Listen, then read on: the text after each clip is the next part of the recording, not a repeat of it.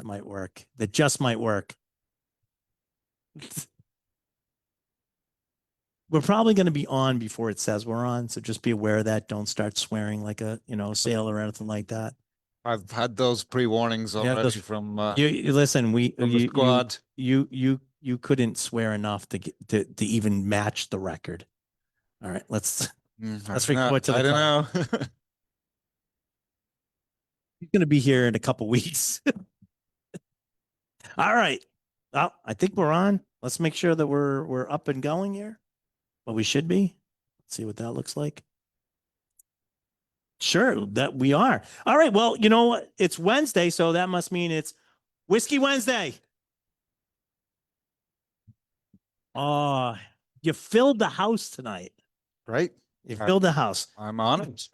Rowdy Rooney is here. He is the master distiller for one of our favorite Irish whiskeys, Glendalough. And he is going to go through a great tasting with us tonight and tell us what's new and what's going on at Glendalough. And damn, we were just talking about this just before we came on. We actually, I think Julio's Liquors was actually one of the first places in the United States to actually carry this whiskey. I think the first. So yeah, we have a lot to thank you for. You were the original early adopter of Glendalough. And then we tried to I've been hearing about Julio's since I started with Glendalough. Really? 12, 13 years ago now. Yeah. Good things, I hope. And it has taken me this long to get here. Of course, that's okay. Things, yeah. So listen, we're just happy you're here now. Well, thanks for having me. Everybody else is here. We got a full house tonight. You sold it out. No pressure, by the way. No pressure. I just wanted you to be. I told my wife that, and she's like, "What? People are paying to come listen to you?" She would pay me to not listen to me. Exactly. I know. I've been there. I know that story well. Oh, you're famous now, are you? Yeah. I wouldn't pay to listen to you either. I get that too. So, anyways, we have some new stuff going on, some great things happening at Glendalough. And why don't you just tell, because I don't know if everybody even here, I know we have a lot of fans of the whiskey that are here tonight, but a lot of people that are watching may not know about the brand because you're not quite everywhere, but you're getting there. That's for certain. Probably one of the fastest growing Irish brands out there, I would say at this point. Yeah, and one of the first craft distillery back in the early noughties. There was only 3 distilleries left now. There's 51 now, I think. It's not even up to the glory days though of Irish whiskey production, though. No, not even close, right? I mean, back in the late 1800s, I think 80%, 90% of global whiskey consumed was Irish whiskey, and pot still Irish whiskey at that. Which is a category that's still trying to refine its feet. But we lost our way. There was a perfect storm of a number of things. There was prohibition. Yeah, that'll kill anything. Yeah, well, and then there was the sort of the Anglo-Irish conflict, I suppose, and the fact that during Prohibition we were prohibited from dealing with the Commonwealth at all. So there was a lot of Scotch whiskey started coming in through Canada, right, and then down into the States that way. So Scotch whiskey started to take over, and we're slowly fighting our way back, and we're getting there. You know what I always say? I say whiskey, the Scots, the Irish invented it, the Scots perfected it, but it took the English to tax it and screw up all the fun. Yeah. So, all right, Glendalough starts, like you guys start coming over here it's had to be almost about 15 years ago now, right? 12, 15 years ago? Probably 2012, 2013, maybe. Yeah, something like that. And we were also talking earlier, and we were trying to figure out, like, oh no, we bought a barrel. We bought 3 when we first started. So of her single cask. Single cask, yeah. I think you probably trialed it for us or gave us. Yeah, we were the guinea pigs for doing some of the stuff. And we ended up repeating that several times, and sort of that became our single cask series, right, on the back of you taking a chance with us. Yeah. So tell us a little bit how Glendalough sort of started. What was the whole sort of thing behind behind the brand? So it was a bunch of friends who were working in various sectors of the industry. Some of the guys were working in finance side of things. Some of the guys were working in marketing side of things, and they could see, year on year, double-digit growth constantly happening, and they just decided to take a punt and go out on their own. And instead of advising people or helping other people to build brands, they decided, let's do our own. Right. And they were like 4 or 5 guys who all had good, solid jobs. Took a massive chance. Right. And It's like an all-in type thing. yeah, It has to succeed because we're sort of screwed if it doesn't. they walked away from a reasonably comfortable position Right. to take a big chance. And it's much like the guy that adorns all our bottles, Saint Kevin, who's the guy who originally founded Glendalough, the Valley of Glendalough in Wicklow. It's a beautiful monastic settlement that's from the 6th century. He was a guy that was, legend has it, he was born into a family of privilege and a family of royalty, and he turned his back on that easy life and walked away and went walking through. It's about the struggle. Went walking through the hills to find peace and solitude, and to be at one with nature, and to do things differently, and do things, stand apart is emblazoned on all our bottles. And the guys decided they were going to, maybe walk away from their life of relative comfort and try something new. And I don't think everybody also understands sort of like, that sort of step. You had Irish whiskey, Jameson sort of exploded. That was sort of the antithesis of Irish whiskey sort of coming back into vogue. And we were talking about this earlier. You're like, oh yeah, it's massive gains. Yeah, massive gains over a very small base. You're talking about, wow, if we had a 50% increase. Yeah, 50% off nothing. I mean, that was really sort of how this sort of got. So even though they're throwing their hats in the ring, it's still this wasn't a guarantee that Irish whiskey was going to continue on this path, and even to take a little bit away from, ride that sort of wave of people sort of falling back in love with Irish whiskey. Yeah, but it was a huge risk. It was a big chance to take, but I mean, they weren't the only ones to do it. I mean, Exactly. The Irish whiskey industry is very it's very collegial. We all work together. We all work hard to maintain boats float. standards. Yeah, and the rising tide raises all boats.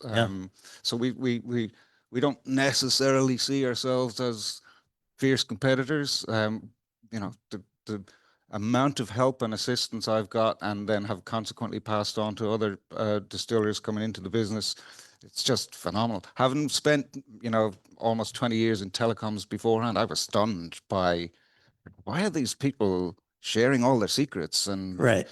highlighting the pitfalls and helping us? Well, because they don't want you to produce crappy whiskey, because then you bring everybody down. It took me a little while to realize that, but that's the philosophy, and it's we all work well. We work hard to maintain standards, and we go out as an industry at least once a year and do what some of our colleagues will call it a good solid industry audit. There you go. We have good fun together, so it's That's great. That's great. It's good to have that camaraderie. All right, before they start saying enough talking and let's do some drinking. Let's do some drinking. All right. So what do we got for the lineup tonight? We'll start with our Glendalough double barrel. That's the flagship. Yeah, that's our heavy lifter. It's a single grain Irish whiskey, very much in so the mash bill is 95% malt, 95% corn, 5% malted barley. Okay. So it's very sort of along close enough to a bourbon style Irish whiskey, and a single grain, which is not a hugely common or very often released category. Right. It's because it's distilled to a higher ABV originally. It's really smooth. It's sweet. It's very clean.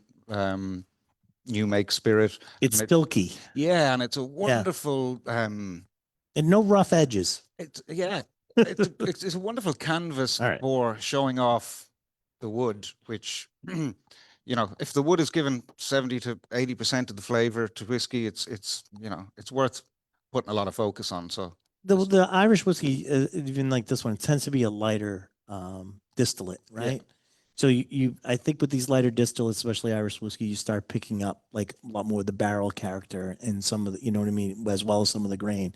But you get that sort of influence of the barrel shows. And in this case, you're using it's double barreled. And you're using American bourbon, but you're also using Oloroso sherry. Oloroso casks, yeah, Yeah. and it's when we say it's double barreled, it's not. We don't use some bourbon barrels and some sherry barrels. It's all You do bourbon one and then barrels, the other. and then it's all recast into sherry barrels. Yeah. Okay. I use a Nose on what that's I like great. people. I call this our breakfast whiskey. It's like you know. Well, you can't drink all day. Everybody's waiting for me to say it. You can't Yeah, drink all day unless you start in let's the morning. start in the morning. That's just science. So All right, so let's try this one. That's like how can you not love that? yeah, I mean, I've just you tried get to- that cherry character, you get that toffee, you get that vanilla in there. And then I also get like almost a little bit of like citrus flavor to that too. yeah. And the for being the flagship, but being sort of like the that whiskey, still a really good length finish on this too. I really like it. I'm really proud of it. I spend an awful lot of time and effort. Like the barrels that we use, so it's very easy to buy sherry barrels on the open cask market or whatever. It's not so easy to be able to fully stand over the integrity of every barrel unless, you know, it's hard to know exactly what sherry was in it. It's hard to know exactly how old barrels were or whatever. There's a certain blind faith that you have to put into it. So in order, So how are you doing that? How are you I like just buying the sherry barrels? How I are you just doing it? taken control over the entire Really? chain of supply. We get the barrels made from raw European oak. So Okay. the barrels are custom made specifically for us. I own the barrel from its From inception pallet to of plant right. until it's raised up into a barrel. I know what bodega it's sent to immediately after the barrel is raised. I taste the Oloroso sherry before it goes into the barrel. I control how long the sherry is in the barrel. I decide when the sherry is to be emptied from the barrel, Really? and it's shipped back to us. And generally within 2 weeks of emptying the barrel in Spain, in the bodega, I'm filling it in Ireland with So Irish whiskey. So it's still wet. fresh, It's it's fresh. wet, and I ship them during the colder winter months, so they arrive don't to me dry in out. perfect condition. I know exactly what was in it, for how long it was in it, and I also know that my new sherry barrels are new wood, so I'm as well as just extracting the sherry flavor from it as well, I'm still Mhm. pulling some amazing vanilla and some of the more classic sort of Are you European oak spices. do you char or toast those barrels with it before the sherry? We do a medium toast on Toast. them, yeah. Yeah, I was gonna say So toast. So yeah, because like you can't. char wouldn't really work. It would Not with overpower. sherry barrels, yeah, Yeah. yeah, yeah.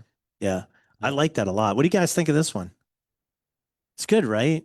I mean, you're talking, I hate to say this to you, but because it makes it so weird because that's a lot of care in that whiskey, that flagship whiskey. I know it's important to you guys. That's a lot of care to do for a whiskey that basically sells under $30. Yeah, it is, and You know what I mean? a lot of care, and dare say a lot of expense as well. I am the least popular person. Yes, the with bean counters do not like you. No, they don't. No, not at all. I can see why. I can see why they don't like you. But Yeah, but it's not your personality. It's just I can see why though. It's I convinced them to allow me to continue doing it by telling them I can use the barrel 3 times. So Right. I'll Right. do I'll do like straight up happy to tell people or 33% of the barrels are first fill sherry barrels. So You have like sort of a regiment. It's every first fill, first, second fill, and third fill, yeah. and then they come together at the end. Then you start blending it. Yeah. That's a lot. So it means I'm buying a good chunk of sherry barrels every year, and But I also think it gives you a different flavor combination than you're getting from other whiskeys in that same price category. yeah, I mean it gives me it allows me to control the that sort of sherry sweetness, and I'm still able to pull in some of those spices from the European oak, some of the vanilla notes, and it just means a very drinkable, sessionable whiskey. And I know you sort of say like this is the Irish whiskey for bourbon drinkers, but it's so much more than that. You're getting so much more out of this. I mean, you're using European oak, which is different. You're using toasting, which guys are now. I mean, now a lot of bourbon guys are using char and toast, Yeah. so you sort of see that, but not a lot of them were. You're doing that 3 times. You're putting this like sort of care into this by doing it like 1/3, 1/3, 1/3, and then blending it that way. You can say it's like a bourbon in the fact that you used corn. Yes. But I wouldn't be like, oh, this is bourbon. I wouldn't like mistake the different. There's a difference between the two. I mean, you know what I'm saying? Like I get it because it's easier to drink. It's got a little that sweetness that you're talking about is coming more from the sherry than it is from the barrel. Yeah, probably. You know, and I think that like, listen, us Americans grew up on sugary cereals for breakfast. Thinking of your breakfast whiskey, right? We grew up on sugary cereals, so we tend to go for this little bit sweeter thing, where a lot of our European counterparts grew up on oatmeal and stuff like that, and almost more of a savory breakfast. Yeah. And it shows in the type of whiskey I think that we like. But this is a whiskey that could be liked by both. Yeah, it's somewhere in between. Yeah, it's somewhere in between. I like it. You guys like it? That's all that really matters. Doesn't matter what I say. Lisa, do you have a question? What's the ABV? I should have known that. What's the ABV on this one? So it's 42%. And why 42? You know, I was just going to say, because I really wanted the bean counters to really dislike me. Yeah, yeah. Alcohol's money. What's that? Yes, right. 42. You know the magic. Is that way you did? You tell me you didn't do that. No, well, the universal number is 42. You didn't do that, did you? I don't believe that it was subconsciously fully or a tiny part of the decision, but it was. But it was like stand apart. Why do you have to do it at 40%? Everybody does it at 40%. That's the minimum. It has to be 40%. Why? So we tasted it at 40. We tasted it at 41. We tasted it at 42. We tasted it at 43.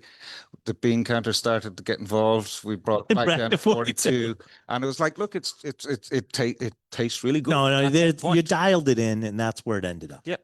And it just happens to be the universal number. There you go. I want to make Marianne happy over there. She's like, she's all geeked out about this. She's like, yay.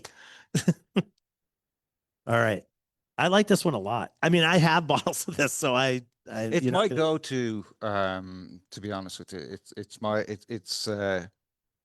you know, you're sort of your everyday, it's quite accessible. You like bang for buck wise. Yeah, no, it is definitely. You'll find it hard to do better. And yeah, it's you know, you're not. It's really, really, really accessible. I love the numbers show it. The numbers here at Julio show it too. It's very popular. Good. Yeah. Great to hear. That's okay, right? Great to hear. Yeah, that's great. All right. The next one, the singles pot. Now this one just got a facelift. Yeah. A little new design. New design. Sort of like premiumized the label. I think I got one bottle left of the old tube package. I think that's all I got left of it. Yeah, so it's perfect timing. There's moves to push us all away from secondary packaging for tubes and also and all of that, and I get that. Our marketing team have done I call bullshit. I said job. You just wanted to give the bean counters something back. I'll take the tube. Fine, I'll take the tube away. Okay, but then we spent it on this lovely gold embossed, and it's a lovely. It is a beautiful label, yeah, it's nice. It's got a lovely tactile thing going on there. So it's I fantastic. catch guys doing just what you did in the aisle, you know, and I say, you got to stop that. Starting to look weird. Sir, stop playing with the bottle.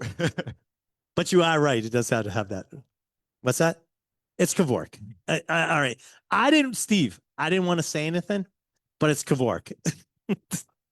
I'll take it. He takes it. But this is the new packaging. Yeah, and it is lovely. It's we're calling out the name of the forest on the neck of the bottle there. So it's I can't pronounce that. It's in like Ballinacor. Ballincor. Ballinacor. Balnicor. Yeah, it's a beautiful, beautiful country estate where we get where we source Irish oak from. Okay. So the and there's not a lot of Irish oak, is there? Essential Irish whiskey. It's right. like the pot still style of Irish whiskey. We decided how do we make it a bit more Irish? So let's put it into Irish oak. No, there's not a lot of it out there. There's not a lot of it exists. Right. So it's hard to source. It's hard to get. There's again we it's not a cheap thing to produce. Right. Like there are other.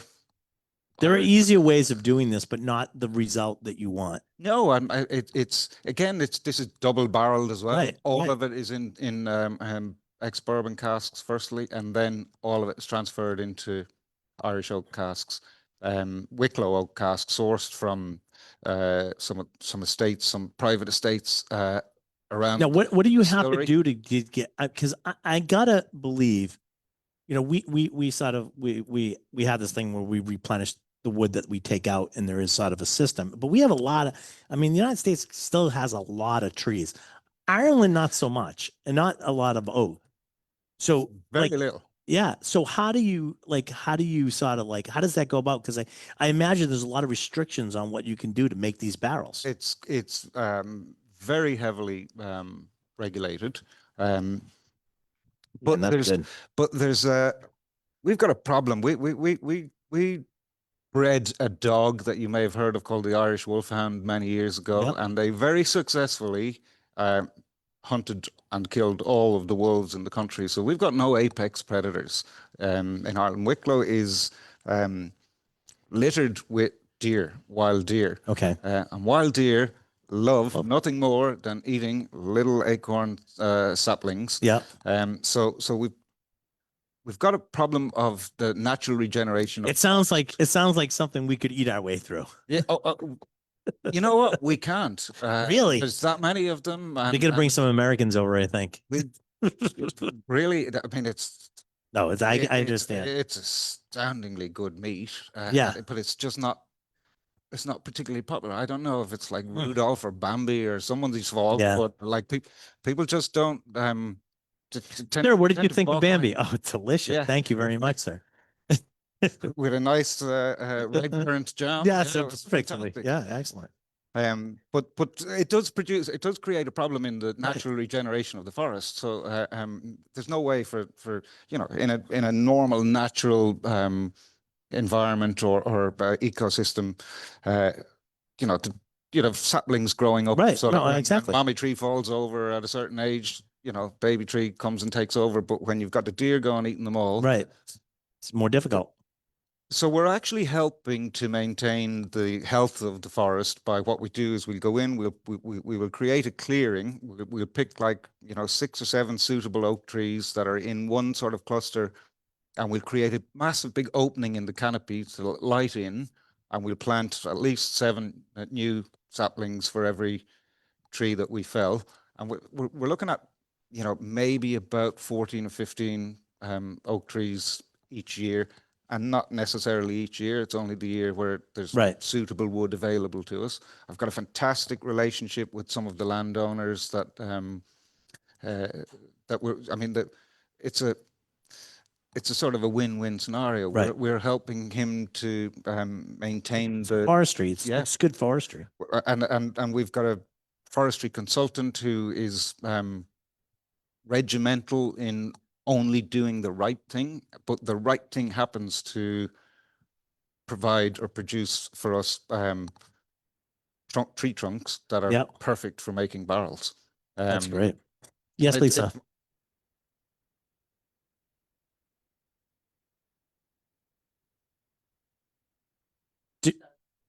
different oaks sort of impart different flavors. What different flavors do you think that the Irish oak produces? So it's the same species as European oak. It's Quercus robur, and we have some Quercus petraeus as well. The difference with the Irish oak, like for any of you who have been, you'll know. For any of you that haven't been, it rains a lot in Ireland. It never gets particularly cold. It never gets particularly hot. So we've got quite a long growing season. Does that make wider rings? It makes so yeah, the growth rings are Yeah, wider, wider. so you've got more ability for the alcohol or the whiskey to breathe in and out. So you get It's not as tight as a lot of like the French oak. yeah, it's much wider grain Right. than the French oak. So we get a much quicker extraction of flavor. Okay. We get lower tannins because they'll leak out of it quicker as the oak is as it's drying, and we have to send it off to Spain to get we can't get barrels made in Ireland. There's nobody that whole industry's that gone. whole industry collapsed years ago. Okay. Starting to come back now. Oh, There's that's a few nice. cooperages that are opening that are doing fantastic work, but mainly in barrel repair and barrel maintenance. So yeah, we send them off to Spain to get made. The same coopers that actually make our double barrels.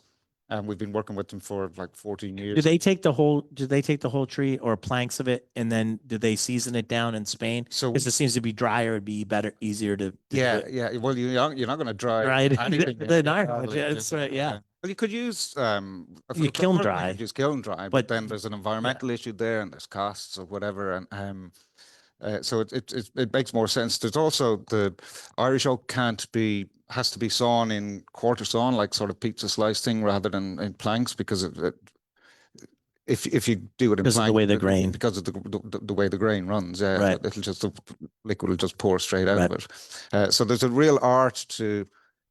So the sawmill is up in Galicia in northern Spain, and they we've been working with them since we started on our Irish oak program as well, and it's a fascinating place to go to see these guys.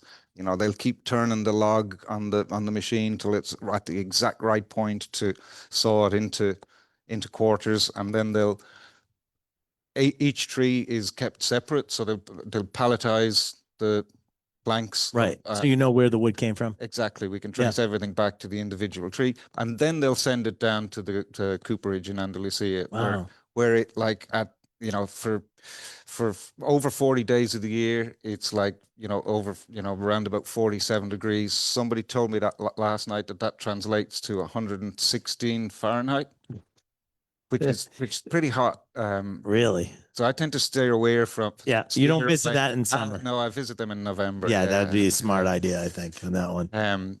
But yeah, and it air dries there for around about, I'm going to say like 16, maybe 18. I'm not fixated on drying times or whatever. Yeah, but that's you can leave that up to the cooperage anyways. Exactly, and it's the moisture content that dictates. It's not the length of time. It's the moisture content in the wood. Exactly. Once it gets down to 14%, it's ready to go. Okay. And they'll start working with it. They'll start working with it then, yeah. And I'll get the call to come over, and I get to visit them while they're making the barrels, and it's one of the most fun weeks of the year. How do I get a ride on that? Because that sounds like fun to me too. It's just amazing that like these guys are.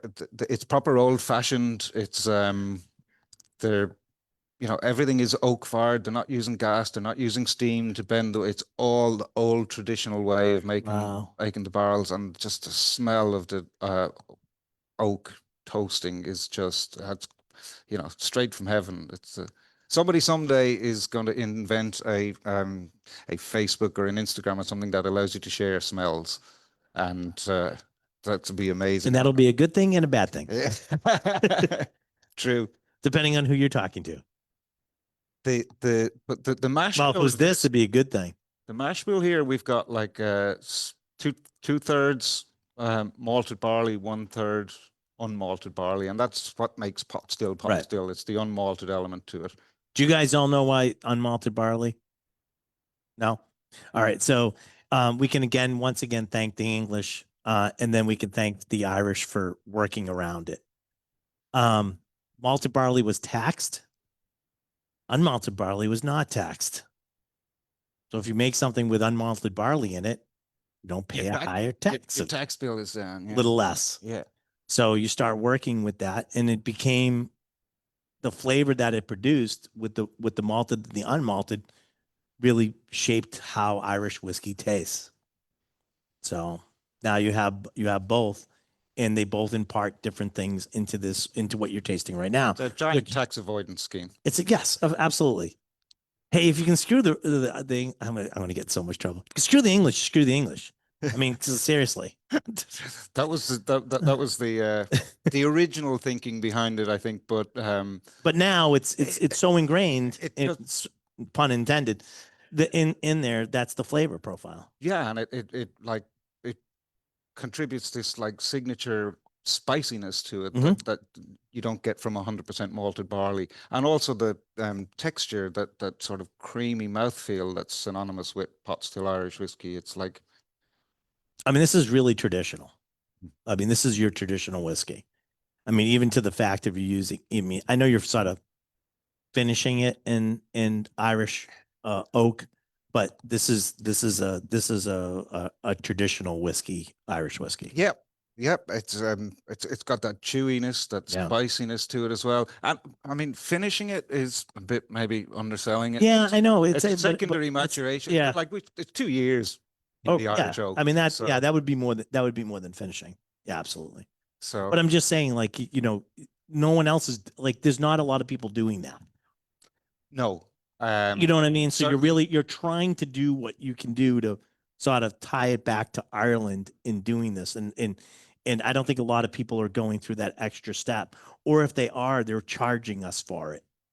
Yeah, but it's, because it's difficult. It's difficult. It is difficult. It's not. It's not. God, they really the cheapest way. Bean counters really do hate you. Oh, they really do. They really do. But it's worth it, and it's like, well, we taste it. Yeah, it's definitely worth it. It's really important that we make it accessible as well. So it's like I don't know. I'm blissfully ignorant of the commercial realities of it. I get to step away once. Well, I can tell you right now, it's under $60. It's under $60. Yeah, it's more than that at home, but everything is cheaper here in terms of alcohol. You guys get much, plus you get that extra 50 mils in every bottle as well. Yeah, I'm surprised.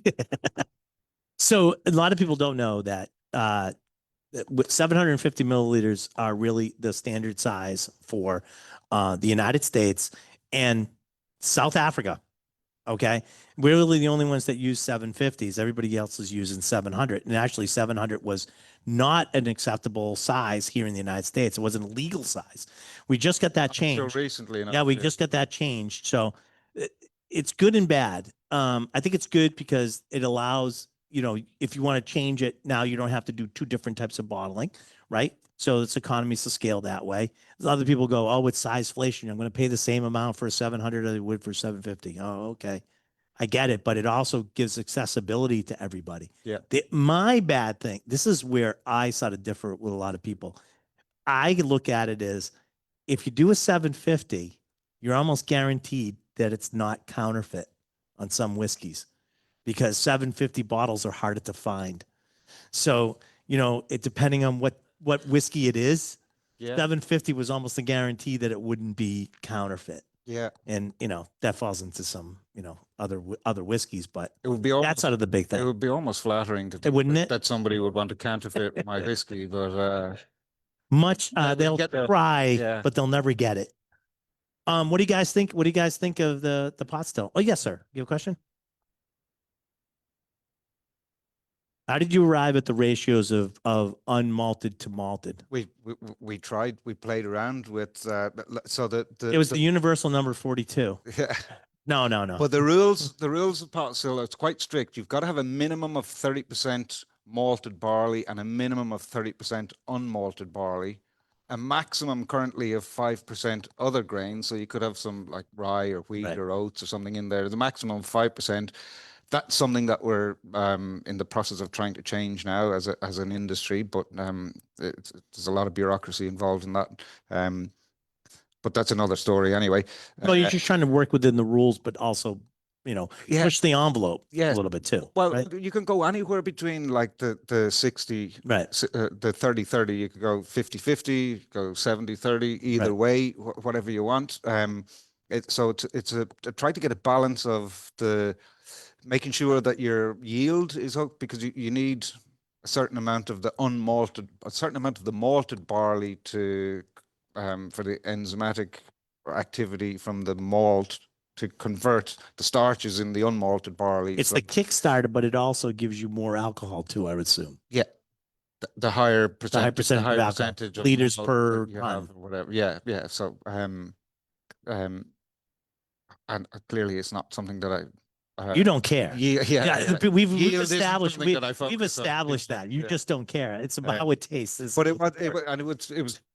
it was generally it was like, where is the sweet spot between, you know, 60, Yeah, but how 40, did you 50, how did you 50? also sort of come to that too? Because you're gonna have to sort of like let this stuff age too. Like Yeah, like you can just get a tasting good- the raw spirit, you you sort of can- got an idea. You can get a good Good. sense from your new make spirit Yeah. of what it's going to be like. Yeah. And it was The like, proof is in the pudding, right? yeah, Yeah. Now you taste it. It's great. yeah, and it's like, will it ever change? It possibly will. Like some of the stuff that I'm distilling at the moment, we have introduced 5%, but none of that has been released yet. So we've got 5% oats in it, so I'm right on the limit of what you're allowed. And that's something that we won't release that for For a while. another number Yeah. of years yet. Pot still takes a little longer to get to, legally it's whiskey after 3 years. You don't want to be drinking 3 You years. don't want to be drinking. Yeah, 3-year-old pot still's No, not the way to go. no. What do you guys think of this one? Like it? Yeah, that is really good. All right, now for something completely different. Guy, Yeah. I don't know what you were thinking about on this one. You know what? It's Let's do something completely different. yeah, exactly. So from our own backyard and picking up amazing oak and fantastic flavors, it was like, right, well, what can we do? We started to hear stories about this exotic Japanese oak called Mizunara. This back in 2014, 2015. Yeah. Did you realize that you thought Irish oak leaked? I said, what else could leak more than Irish oak? Yeah. I know. Let's do this Japanese oak, because that's like the branches grow all different They grow ways. crooked. It's like, Yeah. Mizunara apparently means water oak. It's not the type of wood that you would use if you started out to make a watertight vessel, let's say. If you had your choice of all the oaks Yeah. to use, the Japanese use it because they don't have a choice. Well, they didn't have a choice Right. at the time. But yeah. you said, you know what? That sounds like a great idea. Well, it was contributing something different. Yeah. And like, okay, your angel's share turns into a little bit more like devil's share. Yeah. And so the losses greedy are angels. significant. Yeah. But bean counters are up your butt. there's a cost.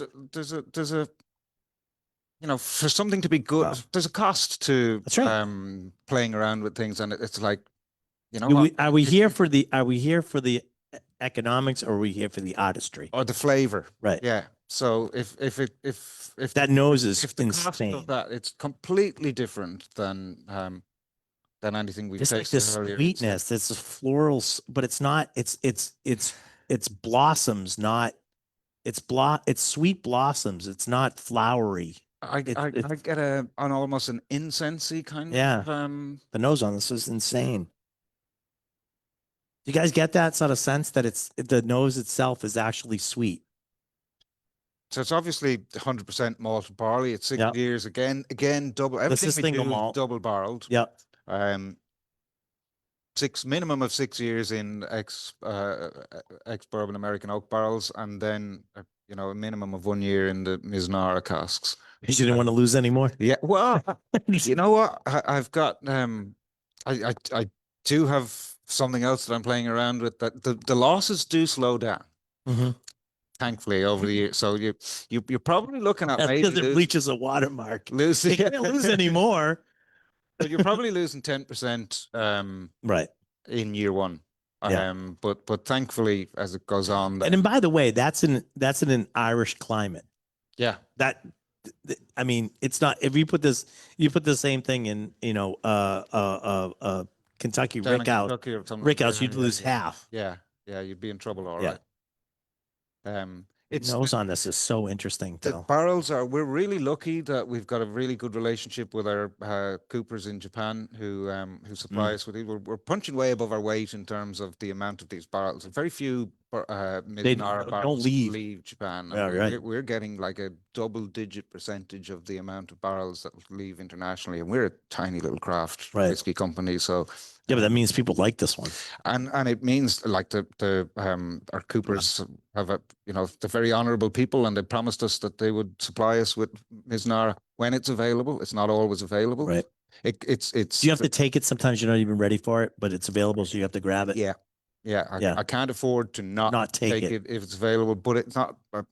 Generally, the problem would be I would take more if I could get it. Okay. And at the risk of sounding like I'm having fun, talking about how much the bean counters hate me. These are incredibly expensive. They are expensive, yeah. Like you're looking at, like if I can buy a bourbon barrel now for about $100, that's a 200-liter bourbon barrel. I get 450-liter Mizunara casks. It's north of $5,500 by the time it lands. Yeah, just getting it there in Ireland. Yeah, so it's up there. crazy expensive. Yeah. But I get to use them. They make they make like our Irish oak as well. I get the staves made extra thick because I'm using it as virgin oak. Right. After I use them like maybe 3 times, I will send them to the local cooperage in Ireland and get them shaved, toasted, and recharged. I'll get them shaved back down to virgin oak again, and I'll get another cycle of that's using great. them. So I get to extend the lifestyle of them. I use these as excuses to stop the encounters from getting me sacked. There you go. What do you guys think of this? Is this lovely? I mean, I don't think that's the wrong word. Lovely. It's just one of those type of things that there's not many things that taste just like this. Yeah, for me, it's a night like whereas the the double barrel is like you sit down with your mates and you polish that off in a night. Yeah, this is a thinking person's whiskey. Drink responsibly, of course, or whatever. Yeah, but this is something that you sip over. Yeah. You sit by the fire and you enjoy it, and you say, and it changes as you drink it, and it's got a lot of different. It's got a depth of flavor. Something that I've a tendency to. I wouldn't usually put ice in my whiskey, but I like to put an ice in this and like a good chunk of ice in it, and then sit for like 45 minutes enjoying it. And as the ice slowly melts, the flavors change completely in it, and it's a really enjoyable, slow sipping whiskey. I think it's about $99. Is it? It is just under $100. Yeah, and a 7-year-old with what it's gone through, I think this is quite a value. I've had other whiskeys that have some of the similar taste, and then they're not even close to that price. Yeah, great. I mean, it's really nice. It's try to make these amazing flavors accessible to people. That's right. Well, I think you did a good job on that. Thank you. All right. So this is the lineup. You can buy this stuff on a regular basis here at Julio's. You can, usually can find it. Sometimes the 7-year-old sometimes gets a little dicey. We usually get enough in. We strut our stuff a little bit and we get a little bit more.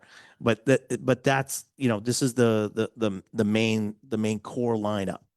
Tonight, you brought something for us to try that is not available. I couldn't come empty-handed, of course. Yeah. So I know you guys are all whiskey fans, so a work in progress. There's no specific this may change. This may plan. be I don't like it. So it's currently a 21-year-old malt, and it's been in a Tokai Hungarian sweet wine cask for 8 years.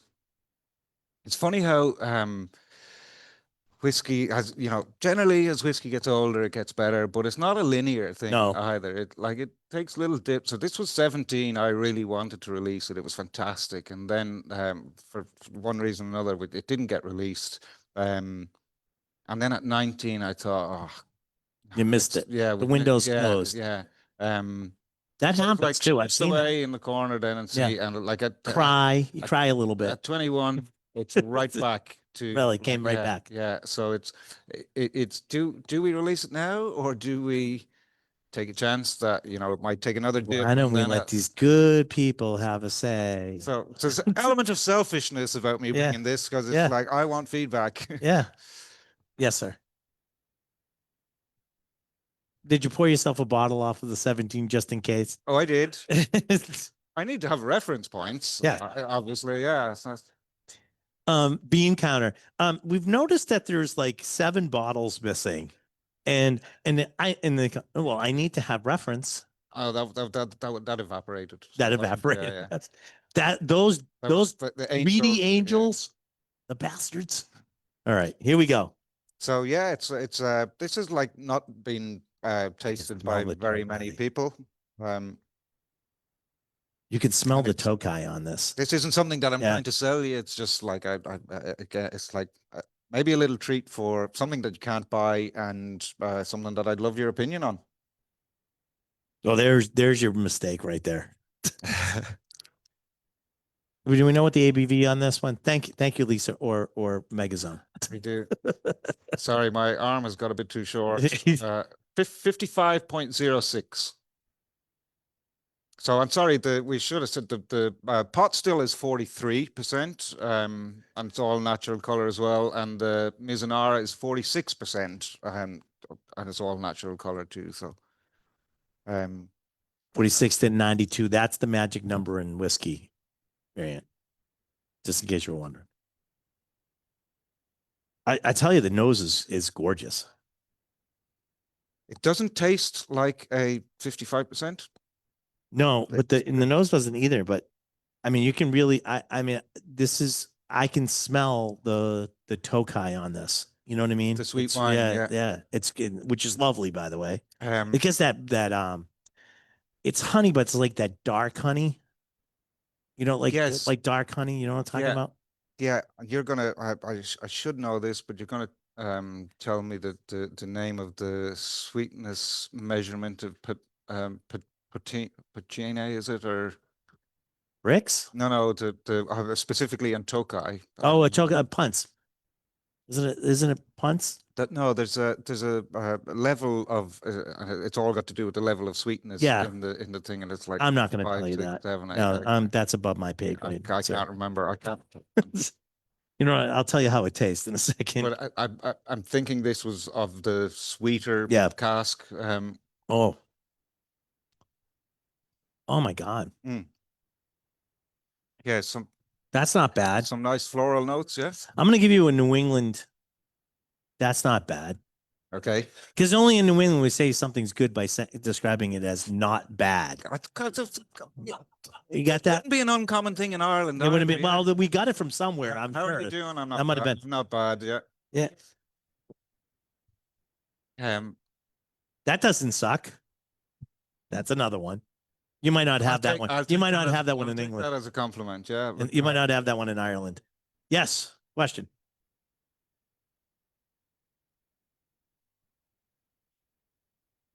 What is the new make the same as your previous 17 and 25? As in for this Tokai, for this 21 Yeah, what's the mash bill on this? It's 100% malt. 100% malt. And it is from the same. So it's your single malt. Yeah, yeah. And it is. It's obviously we haven't been going for 21 years. Right, so right. this is we sourced this, it. Yeah. Right. We're not allowed to say where we sourced it from, but I'll tell you after. it's double. I know. It's double distilled malt. There you go. That'll say. All of a sudden, like on my second sip, there's this pepperiness at the finish. Yeah. You guys get that? Less cinnamon or pepper. I'm getting white pepper at the end. It's gorgeous. Yeah, this is ready. I will. How many bottles? Wait a minute, guys. How many bottles you want? I'll just put you down right now. Okay. What's that? That's the barrel pick I'm going to pick. Yeah, my bean counters would kill me if I picked the barrel Yeah, of that. I'm not sure that we can meet the price. Yeah, I know. Yeah. So $150 then, right? Correct. what do you guys think? Should I take the message back to the bosses that this one's good to go? Happy days. Sláinte. Oh, yeah, this is an easier way. Who doesn't want it to be bottled yet? Okay, no one. So there you go. Unanimous. Unanimous. This is thank you so much for sharing this with us. I really do appreciate that. Thank you. My pleasure. Thank you so much. We really do appreciate it. No, I'm like, This is really lovely. Thank you. you know what? Thank you for Ryan for like I said earlier at the beginning, you were the OG here for us in the USA, and probably wouldn't be where we are without people like you supporting us. So, Well, that's at least when you have a good product, it's really easy. So thanks so Ron, much. thank you so much, man. I appreciate Cheers. it. Appreciate Thank it. you Cheers. very Cheers. much. Thank you so much. All right. Thank you guys gonna give him a round of applause or what? He just shared with you 21-year-old whiskey. Cheers. All right, we're gonna say bye to everybody on Facebook, or if you follow it, you can always go to It's the Liquor Talking, wherever you get your your podcasts. We also have a Facebook, a YouTube page now, so you can watch this again. You can do all that stuff. But you guys were here. Everybody else that's there, I'm sure you had some fun watching this. But I got to tell you what, you should have been here. It was awesome. We'll say bye to Facebook.